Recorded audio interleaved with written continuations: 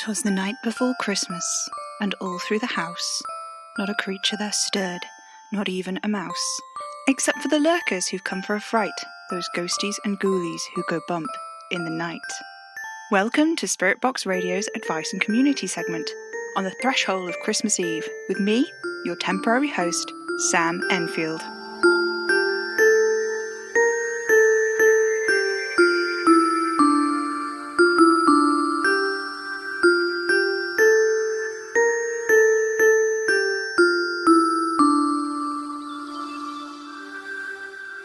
Welcome back, faithful listeners, to this marginally merrier edition of the Advice and Community segment here at Spirit Box Radio.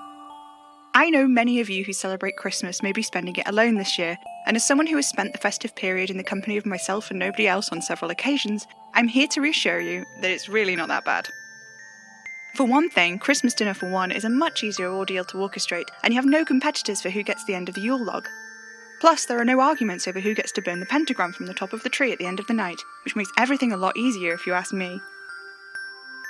There is a great abundance of different midwinter holidays all over the world. It seems like people of all cultures feel the need to celebrate during the darkest months of the year. Remember though, it's no different for the dearly departed or the demonstrably demonic. Make sure you salt your doors and windows if you've been anywhere near the arcane arts in the last few weeks. Santa might not be watching, but malicious spirits certainly might be. And if you ask me, the only spirits I want inside of me this time of year are brandy and whiskey. Usually, on the day of the last community and advice segment before Christmas, Madame Marie leaves out a little card in the sorting trays for the P.O. box, and sometimes a little treat. Last year it was a chocolate truffle in the shape of a Christmas pudding. I know it was foolish to hope I'd find something this morning, but of course there wasn't anything. After hearing so much from Kitty and Anna in the last few weeks, I've sort of been hoping that one, or maybe even both of them would drop by today. Or maybe send a card, but no. Since I made it clear to Anna I wasn't going to stop recording the show whatever she said to me, she's not been answering any of my texts. And Kitty hasn't spoken to me either since I accidentally played that message live on air last week. I really didn't mean to. It was just sort of there. Anna's spending Christmas with her lawyer fiancé. Paul? Peter? No, John, maybe. Something like that. Anyway, I suppose it makes sense. We haven't had a Christmas with Madame Marie since... I don't know if we ever did have a Christmas when she was there the whole day. I have sort of vague memories of Christmases with Anna and Kitty when I was very small. Burning the pentagram I'd made for the tree, salting the windows, shooing off the stray cats that were always forcing their way into the house through the broken window in the downstairs bathroom. I don't remember Madame Marie being there, though. Not ever, actually. I don't remember. I'm not sure what Kitty does for Christmas nowadays. I think she has a new girlfriend. Well, a new she's not my girlfriend, but yes, she's been in the shed with me for the past 3 days person. The shed is where Kitty stays when she's not off on her investigative adventures. It is not actually a shed, it's the shed. It's a proper little guest house Madame Marie had built for Kitty when... I don't know when it was, but it's Kitty's. It's quite lovely, very modern inside. Little kitchen, massive shower, space for a bed and a small couch. And it's not drafty. The house can get pretty miserable. And I don't know what the best way to describe it is. Musty? Damp? I have the heating on all the time, but it never feels warm in here. Not unless you're right up close to the radiators. The studio is very warm, though. Oh, I'm embarrassed to say this, faithful listeners, but it's been so cold I've actually been sleeping down here a few nights a week. You won't believe this, but, well, the second window in my bedroom is a lot older than the one I always knew was there. The second window is single glazed, I think, and what's the term? When they open by sliding over one another? Sash? I'm not certain, but that sounds about right. Anyway, it's one of those, and there are layers and layers of paint on the frame. I suppose it's just shy, or perhaps very attached to its aesthetic. Maybe nobody ever sees it usually, and I'm lucky it's trusted me with itself. Nevertheless, I shall try to have words with it at some point because the way it rattles and whines in the night is something terrible. It's becoming impossible to sleep in there at all. I'd sleep in Madame Marie's room, but I shouldn't. The door is open, just slightly ajar. But I can't bring myself to go in there. I can't, faithful listeners. Through the gap in the door, I can see the end of the bed is perfectly made. I can see a half-drunk glass of water on the bedside table. I can see her fluffy green slippers kicked just under the edge of the bed, next to the boxes of her spell supplies. But I can't go in there. I can't. Wherever Madame Marie is, I hope she has a lovely Christmas. That is, if she doesn't make it back here in time for lunch. I'll put in enough nut roast for her to have some too, like I always do. And enough for Kitty in case she stops by and wants a sandwich, and for Anna in case she comes by too. And I'll probably make enough for what's-his-name too in case he tags along. But mostly, otherwise I'm just cooking for myself as usual. I'm not completely void for company, of course. I've got the stray cats that keep coming into the garden, whatever it is that makes the pipes rattle, the recording machine, and, of course, you, faithful listeners. There has been an abundance of well wishes sent our way, along with season's greeting and possible maledictions across the board in emails, messages on the forums, and in cards sent to our P.O. box. I've sorted them all accordingly, old habits die hard, and I thought I'd share my favourites with you now. This is one from Petrus, which reads, De pega in illis qui, volunte male. Thanks, Petrus, that's really thoughtful, I appreciate it. Monica from Ashton-under-Lyne has sent a beautiful hand-painted card featuring a Christmas tree with lots of presents underneath, and a handmade pentagram on the top. Thanks, Monica, but remember not to set the real pentagram on fire until it's off the tree! Will from Oxford has sent us some real-life holly sprigs, which I've put on top of the computer monitor here in the studio to bring a little bit of festive cheer in, right next to the gorgeous taxidermy robin that we were sent by Bella from Harlock. The positioning of its little wings is just so precious. Thank you, Bella and Will. We've also received a telegram from Georgie from Dizith, which has a special note at the top that says, please read me on the air. So I'm happy to oblige you, Georgie. Dear Sam, I'd like to start out by telling you what a great job you're doing with the show since Madame Marie disappeared. I know you don't have a lot of experience with presenting radio shows, and sometimes that really shows, but you're clearly trying your best, and it's been really exciting to hear you learning new skills. Please keep us up to date on your progress with reading tarot cards. I'm really trying to learn to read them myself, and it's been really reassuring to have someone like you make mistakes and learn from them in real time.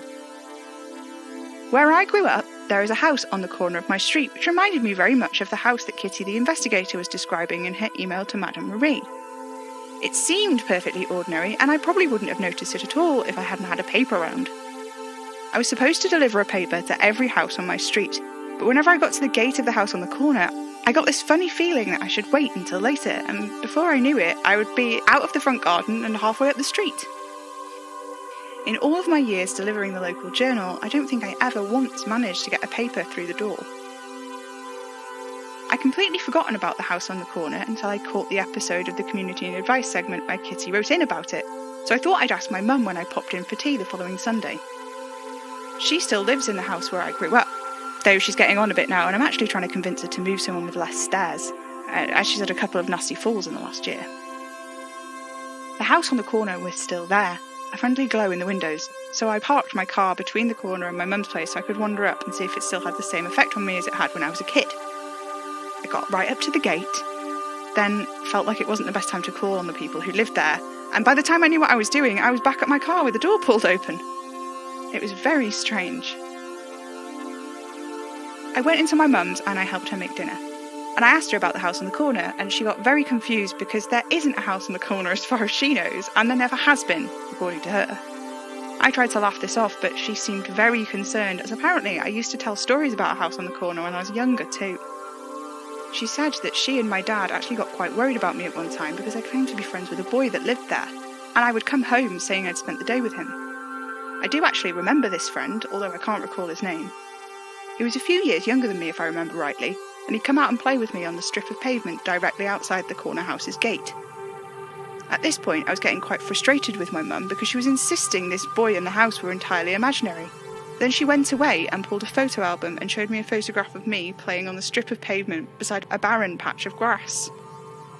I blinked, and like when you've been staring at a light for too long and it leaves a little blob on your vision, I could see the windows of the house on the corner exactly where they should have been in the photograph, but weren't. I was shaken, obviously, and I did my best to keep it from Mum. I helped her clear away the dishes and did a spot of hoovering for her before I left. On my way back to the car, I stopped and found myself staring at the house on the corner. At that angle, I could only just see the warmly lit front windows. I had a feeling deep in my chest and a tingling in my toes. It felt like it was time. It was a good moment to pop round. For the first time in all these years. My heart was racing. I practically bounded through the front gate. The front door was ajar and the most welcoming golden light spilled out onto the path. I could smell baking and flowers and something that didn't sit quite right, but it had been so long I didn't stop to think. When I stepped over the threshold, I could hear a radio playing, skipping through channels. It was Spirit Box Radio. I didn't have a chance to check on the forums, which I know is bad practice, but I sat down next to the radio on the floor and I said, "Come home, Sam. Please come home, Sam. I miss you. Don't you remember playing hopscotch on the street? It's so warm and happy in the house, Sam. It's really lovely. You won't be alone on Christmas Day if you just come home, Sam. Please come home."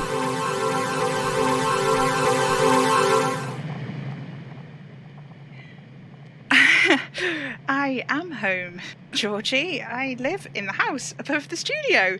I've always lived here. I've never been to Dizeth. I don't know anything about this house on the corner, and I don't think I have any friends. I don't think I've ever had any friends. I don't remember. I can't remember. I grew up here with Madame Marie, didn't I? I've always lived here. This is my home. I'm home. Sorry, faithful listeners. I just what a strange telegram. And long for a telegram. Come to think of it, it's far too long to be a telegram, and it didn't look this long when I picked it up, and wait, it's just a blank piece of card. Never mind. Moving on, swiftly. We've also had a Christmas card from regular caller Beth. This card has a little note tucked inside, which you've opened with, "Please feel free to read on air," so I'll do that right now. Thank you, Beth. I'm sure this one will be perfectly normal. Dear Sam, it's been a real pleasure getting to know you better over the past few weeks. You're doing a great job hosting the show, and if Madame Marie comes back, I'm sure she'll be nothing but extremely proud of you and all of your hard work.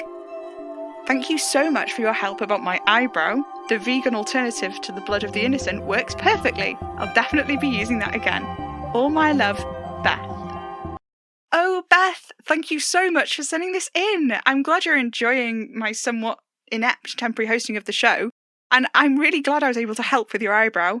I'm only sorry that I didn't help sooner, a foolish boy that I am, not realising the phone was just a few feet away from me this whole time. I can't help but notice you said if Madame Marie comes back, rather than when Madame Marie comes back. I hope you're not too worried about her. I'm sure she's absolutely fine. I am half expecting her to come home tomorrow. The trouble with having a psychic for a mother is... Oh, God. Goodness me, I wasn't supposed to say that. Oh, Madame Marie, I'm so sorry. I didn't mean to let that slip. Anyway, the trouble with psychics is sometimes they're so caught up in the future they forget about the presents. This wouldn't be the first time she's forgotten about this Christmas because she's so worried about the next one. Luckily, I've always had Kitty and Anna around to... Oh, look at me, I'm saying far too much, faithful listeners. Please excuse me a moment while I I'm just going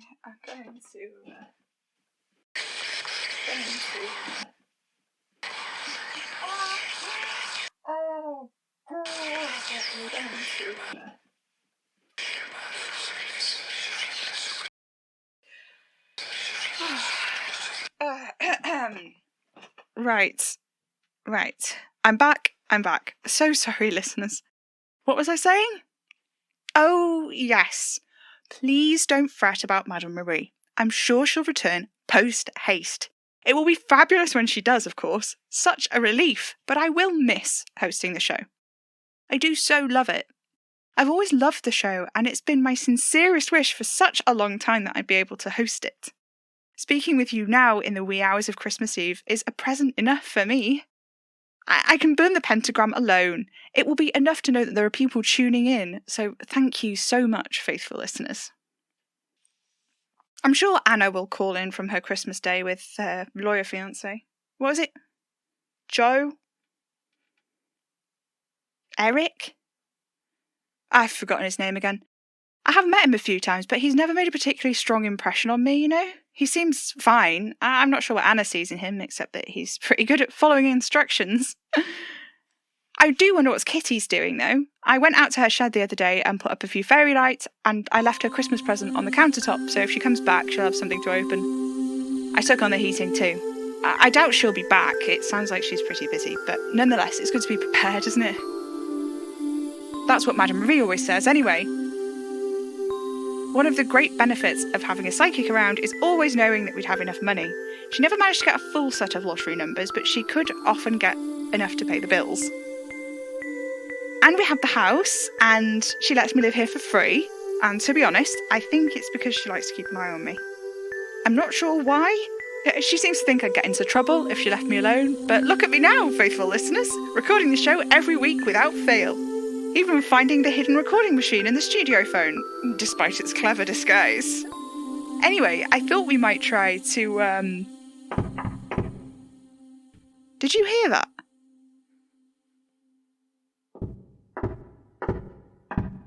Huh.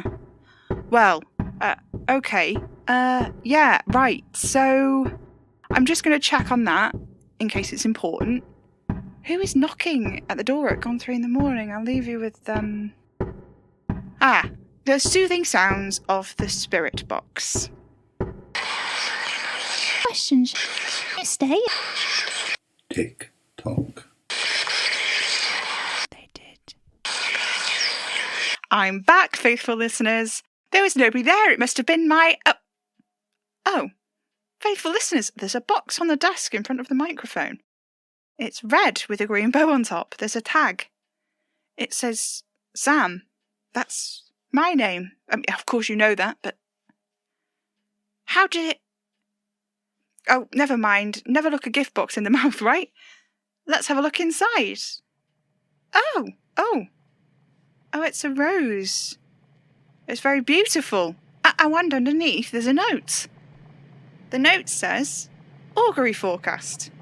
Unmerry Christmas. Love from Dad. Dad? What? I don't know what to say.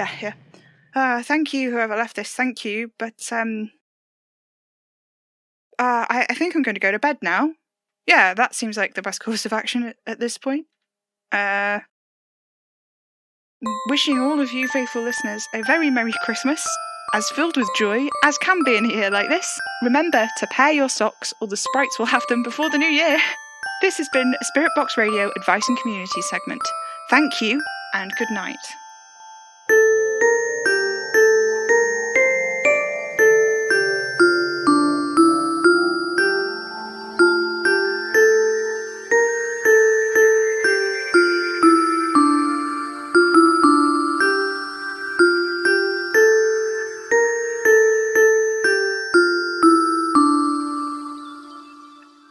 Spirit Box Radio is a podcast distributed by Hanging Sloth Studios under a Creative Commons Attribution 4.0 Share-alike International License. It was created by me, Pippin Ada Major, the voice of Sam Enfield.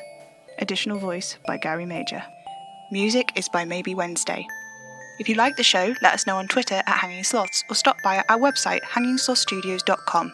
If you'd like to help us keep making Spirit Box Radio, you can send us a tip on ko-fi.com/hanging sloths or become a slothling on Patreon at patreon.com/hanging sloth studios, where you can get early access to episodes, plus loads of other great rewards. You can buy merch in our coffee shop, links in the description. Spirit Box Radio is recorded in front of a dead studio audience.